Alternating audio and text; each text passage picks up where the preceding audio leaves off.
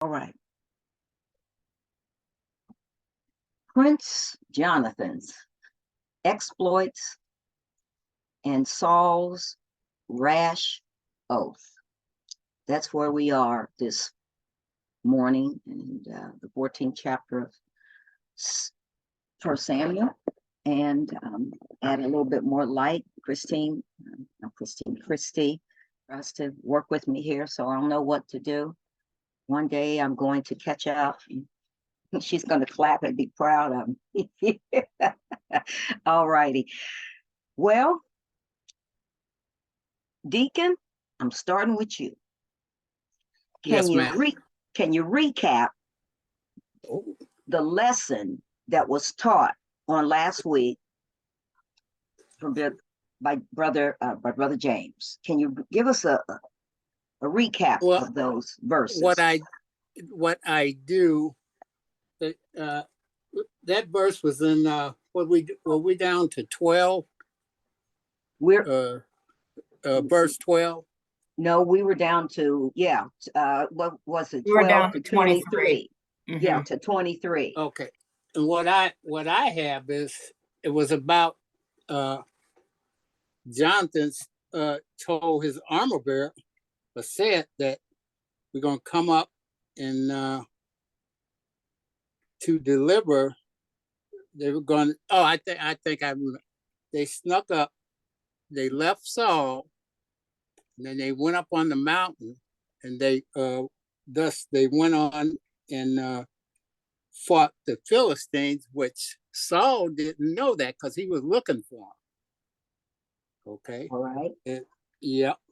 The flight of the Philistines.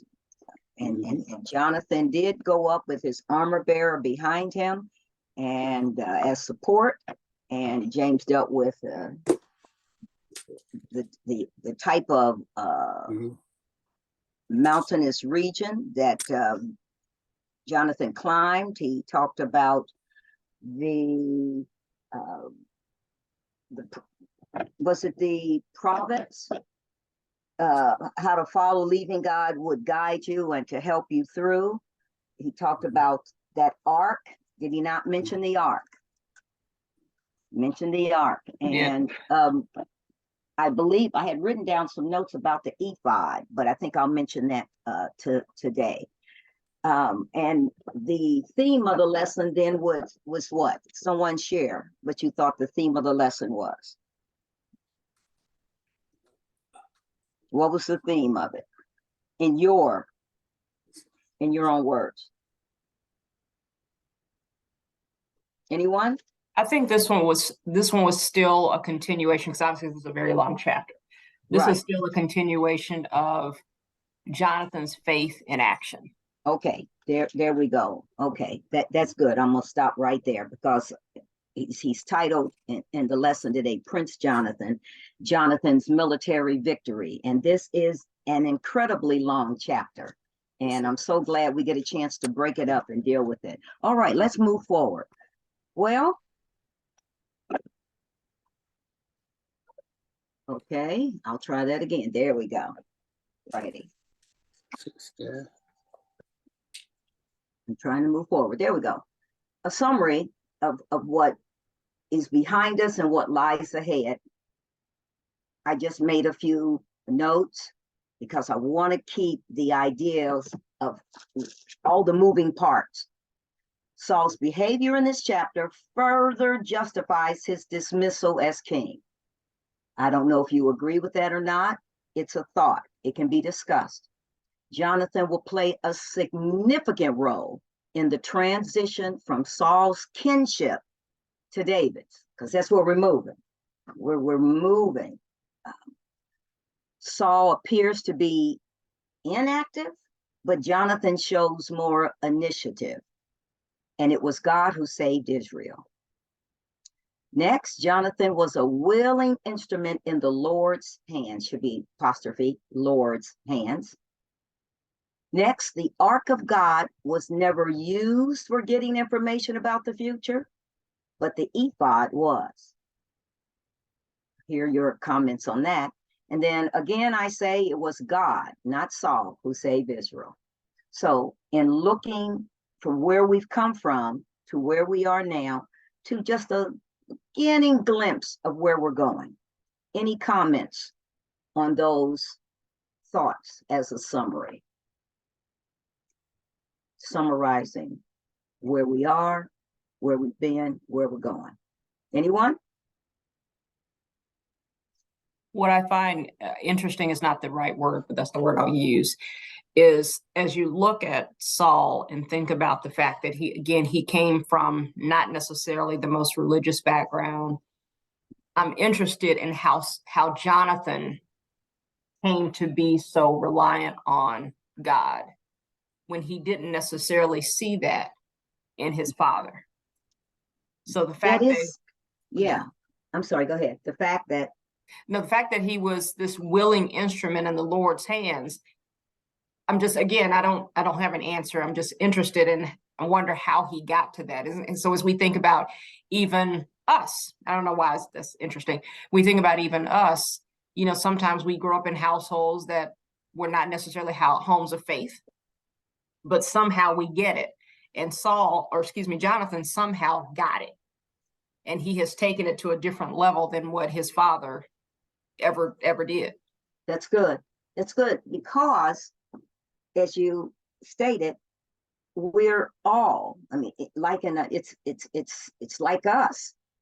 Maybe our parents weren't religious, and then somehow we're chosen. We get that inkling, we get that unction. Unction is a good word, that all of a sudden you desire the things of the Lord, or it just appears that, wait a minute, I didn't think he thought like that.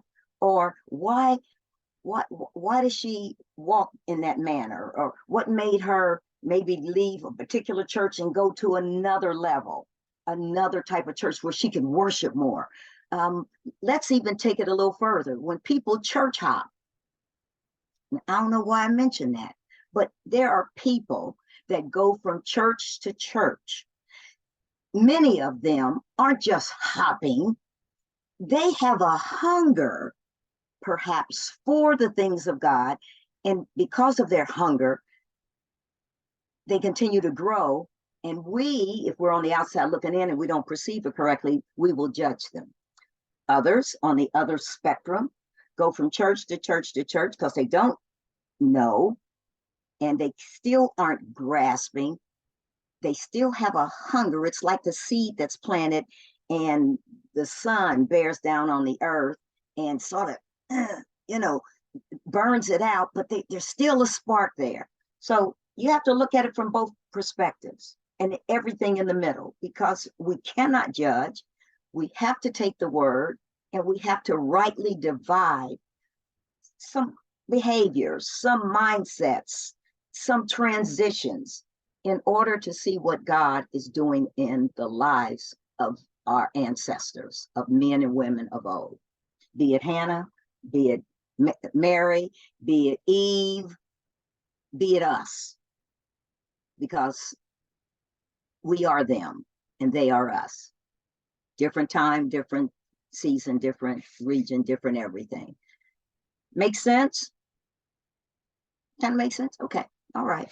Well, Saul's oh man, he's a handsome king. What a handsome king. And look at Prince Jonathan. Smooth face, just as smooth and just regal and royal as he. Oh my goodness. These pictures that are out there in the universe, they help give you an idea of what this might have looked like. And so I so enjoy when I'm able, and when Yolanda supports me and finds these interesting. Yeah, she's so cool. All righty, moving right along. All right, let's move along. I am hitting my screen. Aaron, I need your help. Christy, I need your help. It's not moving. So click down at the bottom, your bottom of your screen, bottom left. You should see an arrow. When you kind of hover in that lower left-hand port. Yes, ma'am. Okay, I'm hovering. She said, you see arrow? Not yet. I see a plus sign. No. Okay, so escape. It escaped. Okay. All right. There we go. There you Ta-da. Thank you, Sister Christy. Mhm. All right. Now the Israelites, let's begin there, were in distress that day because Saul had bound the people under an oath saying, "Cursed be anyone who eats food before evening comes, before I have avenged myself on my enemies." So none of the troops tasted food. Now, we'll talk about that because men were in distress. They had been fighting, correct? Okay. Worn out, maybe to the point of exhaustion. Some Bibles say hard pressed, but mainly the soldiers were driven to a place where they were tired, hungry. And Saul, King Saul, wanted them to continue to persevere because he wanted those enemies avenged. Why do you think he drove them, in addition to that, so hard? What do you think he was trying to accomplish?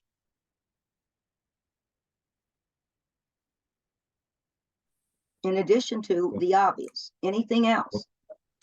Well, I think he said it. That verse said it where it's like he's avenging himself. So it's all about what he needs. And I think he also drove them pretty hard because he wasn't in the mix of doing the fighting. He was on the sideline watching everybody else fighting. Yeah, yeah. Speaking of which, Pastor Porter, where was he exactly? Now, why you want to ask me that now? I just chimed in on your question. I'm sorry. Let's stay focused on the question. I'm gonna save my brother. I'm gonna save my brother. He was under the pomegranate tree. Pomegranate tree. Oh, okay. So, He's on the pomegranate tree.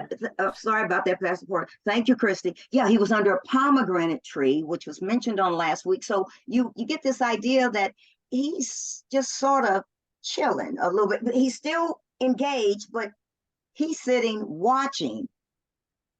He's aware of action. And so the entire army is in need of refreshing themselves in order to keep pressing on. But he decides to call a fast. Calls a fast. Now, many of you that have fasted, you're quite aware of what it's like when you first get started. Day one. Day two, you still, you can get through, but halfway through the day, you feeling those pangs and you're a little tired. You might get a little sleepy. You don't have the energy that you need in order to just do the things you're commonly doing, but you're focused, you're laser focused. By day three, but anyway, fasting, pushing the plate requires a certain mindset. And if you're already tired and exhausted when you go into a fast, it might drain you and you might not accomplish the spiritual goal that you want to accomplish trying to get through the fast. But because these men honored Saul, they tasted no food because it was their commitment to follow the leader. Now, was this a rash oath that he put out there for his troops to follow? Some people say yes, some people say no. I think this is, oops, I'm go ahead. No, go ahead. I think this is just a continued character flaw. Yeah. Yeah. And this is an example of a leader not being in touch with their organization. That's an excellent point. Mm-hmm. Well, was that Samuel? Was he still on the scene or back? Did he consult with Samuel first? Was he supposed to do that or to call a fast? Well, perhaps he operated alone. No, I don't recall that he consulted. If you recall, he stepped out of his role in the previous chapter as a and operated in the office of a priest, which was not advised. He wasn't advised then. So I don't have any record. I don't see anything where he did. So somewhere in the previous verses, it was talking about when he called a roll. Yeah, called a roll. Yes. Yeah, last Sunday we talked about him calling a roll to see who was missing, and that's when he figured out that Jonathan and his armor bearer was missing. Right. And then he also called another priest. He had but it wasn't Samuel. It was not Samuel. Absolutely right. Not. Okay. Your point. Okay. Yep. So in that, thank you, Sister Christy. In giving an order, on one hand, it wasn't out of ignorance, but on the other hand, it appeared to be. But he did seek out information or ask others. However, because of Saul's background, and we talk about how he was reared, we talk about the spirituality in his life, there are some gaps here. And because of those gaps, there are going to be lots of valleys and lots of places where he's going to miss the mark.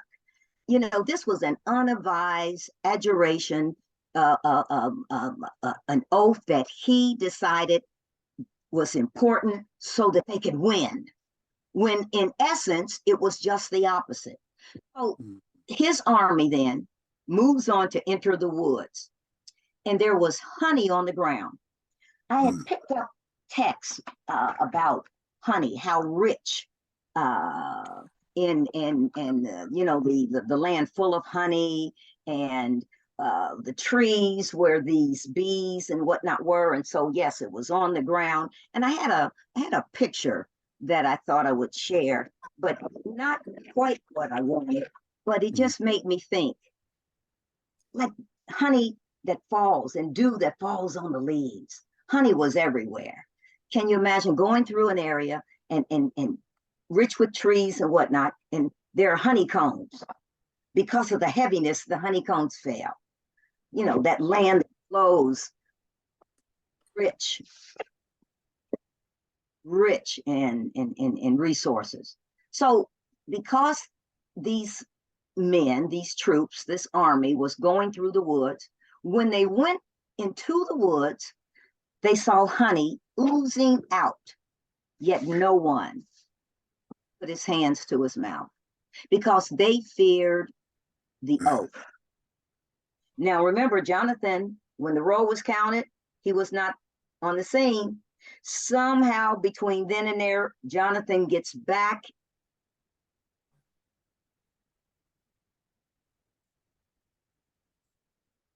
Jonathan had not heard that his father had bound the people with an oath. So where he was, he thought it was okay to reach out, and the tip of his staff that was in his hand, he dipped it into a honeycomb. Just seemed like a simple thing. He wasn't aware that an oath had been made, that there was a curse on anyone that tasted food or that broke the fast. And so he raised his hand to his mouth, and his eyes brightened. When you break a fast, all you have to do is sip a little orange juice and you feel good. Nibble on a little piece of bread, eat a little jelly and a little peanut butter. You all of a sudden you feel up, you feel energized. So the army that found the honeycombs on the ground in 26, fearing the oath, didn't touch it. If someone would turn to Deuteronomy 9:28, it refers to another situation as well. If anyone would find Deuteronomy 9:28, and there's also a scripture in Exodus chapter 3, verses 8. Just want to read it because it's 3 and 8. 3 and 8. I can have read the- Deuteronomy. Perfect. Okay. Would you read that one, please? Yes, it says, lease the land. Oh, wait a minute. Let me get out of King James for Oh, no. Chrissy. Go ahead and read King James. No. Oh, you want me to go back to No, King no. James? Okay, let me go Please back to read King the King James. James. It's Okay. perfectly fine. Okay. Today, Deuteronomy. Nita, is perfectly fine today. Today. Deuteronomy 9:28 in King Mhm. James says, lest the land whence thou broughtest us out say, because the Lord was not able to bring them into the land which he promised them, and because he hated them, he hath brought them out to slay them in the wilderness. Okay. I thought it was noteworthy because I wanted to see a contrast. And that is why I had you read that. In Exodus, it states, and this is when God called Moses and the sign of the burning bush in that chapter. And in verse 8, 3 and 8 in Exodus, it says, and I am come down to deliver them out of the land, or the hand rather, of the Egyptians, and to bring them up out of that land into a good land and a large unto a land flowing with milk and honey, unto the place of the Canaanites and the Hittites and the Amorites and the Perizzites and the Hivites, okay, and the Jebusites. Sometimes I get those a little mixed up, but that was a scripture that just simply talked about that land that flows with milk and honey. And in this Palestine, or in this area, there was rich. It was rich in honey and lots of bees, and that was a part of the caretaking as well. I was reading, but there we go. All right. So I just wanted to mention that. Thank you, Sister Anita. So going back to 26, none of them put their hands to their mouth. They dared not touch it because they were afraid of violating the oath. When we go down to 27, as I said, Jonathan had not heard of the sworn oath that the people had been bound to. So he reached out, dipped it in the honeycomb. His eyes brightened, meaning his countenance changed. His eyes, maybe he just felt stronger and more alert, or his eyes lit up. And at once he just felt much better. Now, in contrast to the faint troops who weren't feeling better, one of the soldiers made it clear to Jonathan in verse 28, your father bound the army under a strict oath, saying, cursed be anyone who eats food today. That is why the men are faint. The people were exhausted, hungry. As a result, yeah, they were faint. But did they have to be? No, not really. But the leader said, don't do it. And because Jonathan had not heard of this, the military mindset that he's walking into, Jonathan said, my father has made trouble for our country, the country. He really believed that his father was wrong for making that decision. My father has made trouble for all of us. A command like that only hurts the people. He's made trouble for the land, even to the point where it was a foolish curse. What are your thoughts? Going back, would you go as far as saying that? Yeah. But going back, Pastor, I believe Saul wanted to outdo his son Jonathan, you see.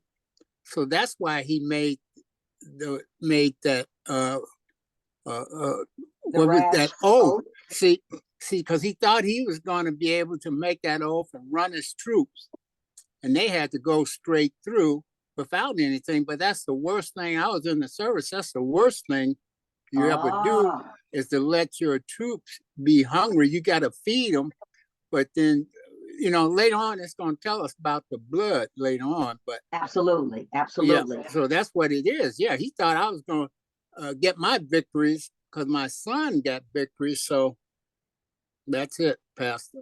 Well, it goes back, thank you so much, Deke. It goes back to what Christy said in terms of the flaws. And here again, on one hand, you know, it's like I'm up, I'm making good decisions, I'm seeking the Lord. And then the next minute, you're handling it yourself. I can do this, you know. But seeking the Lord in all things, seeking the Lord God in all things is the only way to go. Teaching a lesson, going looking for a new job, making a decision, building a house, seeking the Lord, so that you're connected to the source that will give you direction. Because you're going to be tossed and turned. You're going to be vacillating between ideas. You're going to make decisions that aren't, you know, solid ones. Here again, Jonathan made it clear that he felt his father made trouble for the country. And if he had only, but when you're in competition and when you're seeking power and when you're that kind of king, this is normal. So even though it was a terrible thing that Jonathan had done to the people, that Saul had done to the people, in verse 30, it's real clear. How much better would it have been if the men had eaten today? Some of the plunder, and what was the plunder that they were speaking of? Anyone? What was the plunder from the Philistines? Was well, their cattle. Their cattle. What else? Their calves, their calves, their cattle, and the birds. Oxygen, and the birds. Okay. I think it was the birds. I don't know what type of bird. Okay. But the plunder, what was right there in front of them. The defeat would have been, had they eaten, perhaps, and had more strength, they could have defeated even the more. Would not the slaughter of the Philistines have been even greater? And that is what Jonathan personally believed about their victory. It would have been even greater had that decision to fast not been on the table, you know. So sure. Yes. Another thing I was thinking, just as you said this, though, and I see Porter raise his hand, we'll see if he and I are in sync today. Okay. Is, you know, what it says here, what it said before, or you highlighted as a summary, is that God saved Israel. Yes. So had the Israelites actually been at their best, it would have been very easy for them to say that they won the battle. Air quotes, absolutely. So I think, you know, again, whether Saul meant to be in alignment with God's plan or not, I think the fact that they were so weak, and maybe I might be getting my timeline wrong. This might be after the fact, so I don't know. I might be off. But I think that's a piece of it as well, is they really couldn't claim all the credit. To Jonathan's point, like, this could have been even greater had we in our flesh been stronger. Yeah. So they can't take full credit for it, I think. They can't take full credit. Right. And it's not, it's interesting too, when you said that, I thought also, Jonathan, it was meant for Jonathan not to be there. It was meant for Jonathan to be, where's my son? And we don't know, Saul might have got a little bit of an attitude, like, what? You done broke camp. Where are you? You know, but it was meant by design for him to be somewhere else in order to be developed or continue developing as the Lord would want him to develop. And so I just thought that was interesting as well. But these sheep, the oxen, the calves, you know, that in verse 32 that we're going to read about, just incredible. That day, verse 31, after the Israelites had struck down the Philistines and that's Michmash to Ajalon, they were exhausted. Makes a lot of sense. And that period, that I think it's like 20 miles-ish or something to that nature. The battle from Michmash to Ajalon, the battle extended some 20 miles of country, of land. And the extreme weariness of the Israelites here is mentioned again. Michmash is that city of Benjamin, and I'm pronouncing it probably wrong. Ajalon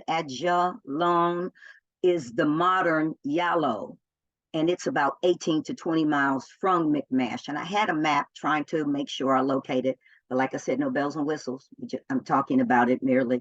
But this is where the main body of the Philistines had been encamped. They struck the Philistines that day. They struck them, smoked them, smited them, and then by the evening, the army was completely exhausted from all the killing. And the Israelites were at another place in this chapter as to where and what do we do now. And it's interesting in verse 32 how they pounced on the plunder. Because, at the end of the day, fast is broken. I'm famished. And they took sheep and cattle and calves. They butchered them on the ground and ate them, did not drain the blood. Together with the blood, that's how they pounced on that plunder. And I could just sort of see this madness, have you heard of mad cow disease? Okay, in my mind, I'm sorry, I just had these crazy things like how they would have attacked, how they plundered, how they took the sheep, the calves, the cattle, and not even thinking that they're breaking the law of Moses, that they're actually in violation of a law, offending God.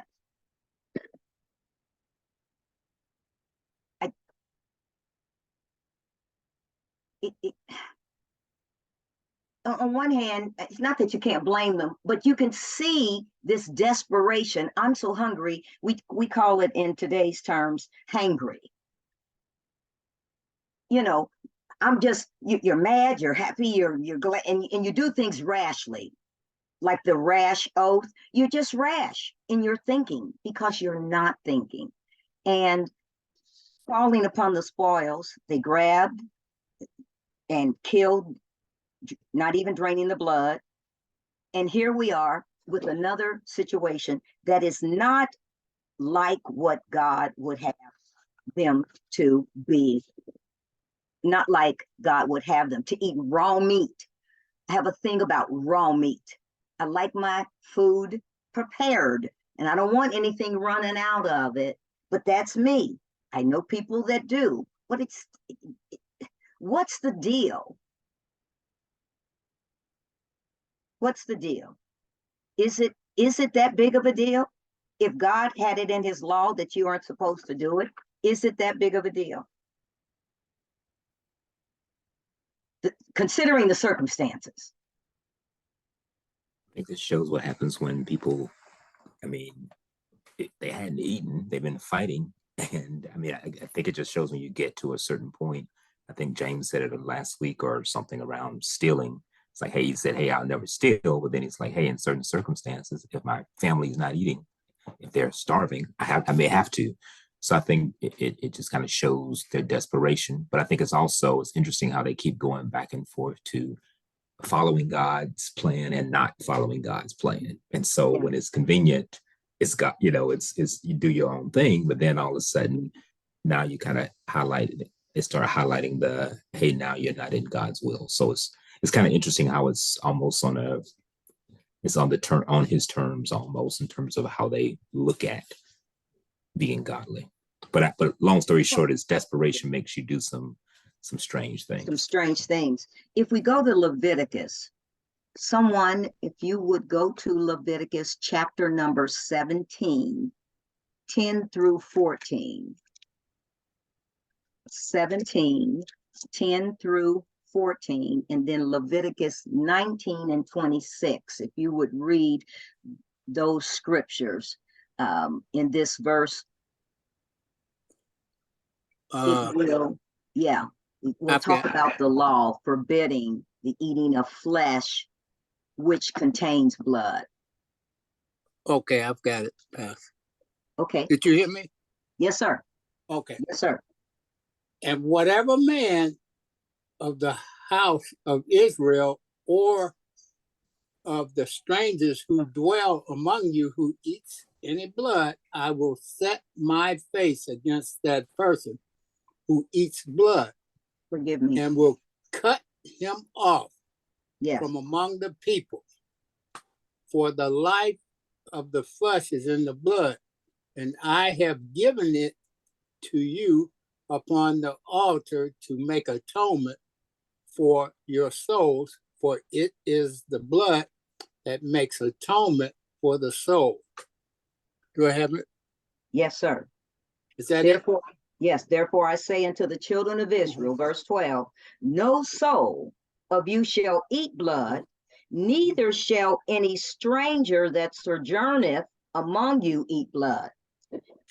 And whatsoever man there be of the children of Israel or of the strangers that sojourn among you, which hunteth and catcheth any beast or fowl that may be eaten, he shall even pour out the blood thereof and cover it with dust. For it is the life of the flesh. The blood of it is for the life thereof. Therefore I say unto the children of Israel, ye shall eat the blood of no manner of flesh. For the life of the flesh is the blood thereof. Whosoever eat it, it shall be cut off. Is it possible that Saul did not know of this law?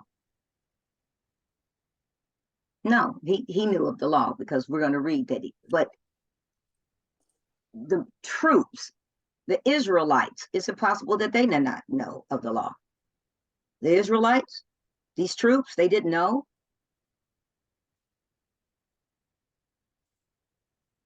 They didn't act as if I think they knew exactly. Exactly. And as Pastor Porter said, you're desperate. Desperate. Desperate times, people say, oh, desperate times call for desperate measures. Yeah. So Saul, of course, is quite aware in verse 33. Then someone said to Saul, made their way to him, look, the men are sinning against the Lord by eating meat that has blood in it.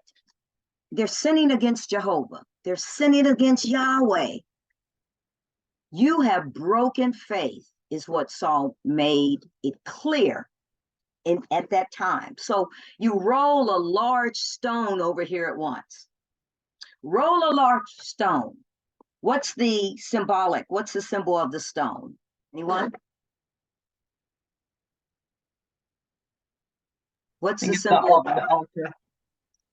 An altar. A large enough stone, because apparently calves and oxen but those animals weren't little tiny little birds. No, roll it a large stone over here at once, immediately, so to speak, because what you want to do here is bring your plunder, cut and prepare it, or cut it right, or break it right, or lay it rightly, because of the treasonous way or the transgression that you have performed. We got to get this thing fixed real quick. We gotta move, because we've sinned against the Lord by eating blood, and that is wrong. And you have scriptures, Leviticus and Deuteronomy and all. These, you've broken a covenant. So we've got to do something to rectify the place that we're in. So in 34, then he said, go out among the men and tell them, each of you bring me your cattle and sheep and slaughter them here and eat them. Do not sin against the Lord by eating meat with blood still, there should be a space there, still in it. So everyone brought his ox that night and slaughtered it there so that the blood could run down properly, as it were, and they could, it would keep them, it would take them to another place, so that when he restrained the people from eating the blood, he said, bring it, do not sin against the Lord, slaughter it here, so that when you're killed, that way no one will disobey the Lord anymore, or a continuation of disobeying the Lord. And so that is what they did. Saul gave another order and they did it. This could have been avoided, but Saul's rash oath caused a situation to occur. And in essence, it caused Saul to, his behavior to be, for the spotlight to be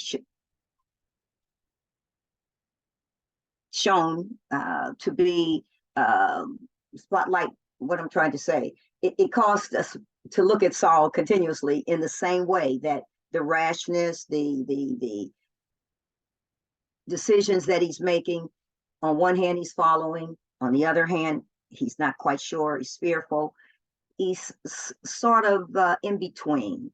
But God is still in charge, and God allowed them to experience a victory in spite of the decisions, because God is always with us. Back in, well, I won't go there. In verse 35, it says, then Saul built an altar to the Lord.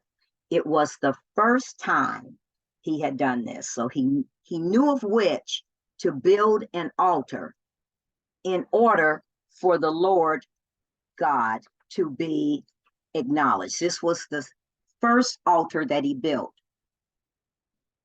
There was a commentary that said that King Saul began to build but did not finish. Did any of you see that as well? Any information about him not really finishing? But he did begin to build an altar, which is the first, I guess, public acknowledgement that King Saul made to God for the mercies and the goodness that he wished not only for himself, but for the people. Saul's altar that he began to build unto Jehovah, it was a thank offering for divine favor in gaining a victory. It was the Lord's victory, because in a way you would think how botched up this was, an oath, this fighting that's going on, the manner in which they attempted to fight, and the behavior of the troops. It just seems like a mishmash. It just seems so odd and strange and bizarre. But nevertheless, the Lord stayed with them, and a victory was, experienced. Any questions?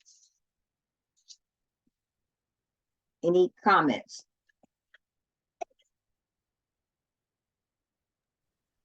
I just want to say, I think in this part, this is the first time we saw Jonathan is starting to, back to kind of what Christy was saying earlier.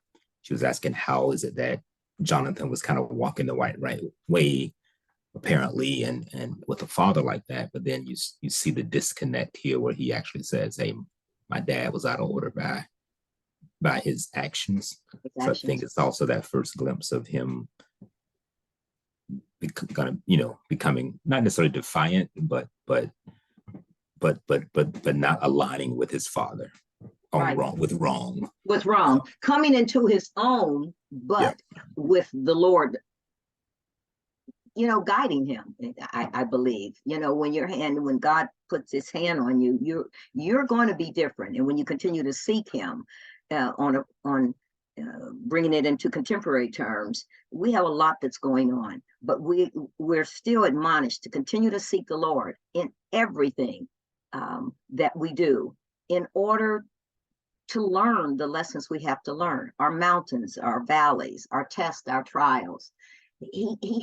Those haven't entered our lives to destroy us. In some way, and it seems crazy sometimes. I'm like, Lord, what is going on? But it builds us, it makes us. By design, we come out better. It doesn't feel like we're coming out unscathed, but somehow, some way, that lesson is a lesson not only for us, but for someone else. And someone will grasp and run with it in the way that the Lord would want us to go. And so I am grateful for this lesson. As I said, it was titled Prince Jonathan's. And you know, it continues. We're continuing to see what the Lord is going to do with his people as they come through the fire, come through the flood, come through dark times, climb mountains, you know, deal with all kinds of scenarios that test their faith, because he desires that we go somewhere. We're going to end up somewhere. He has the plan. We're going to continue to seek him for that plan. Having said that, I'll turn the lesson back over to Christy, and we can get requests and pray and go from there.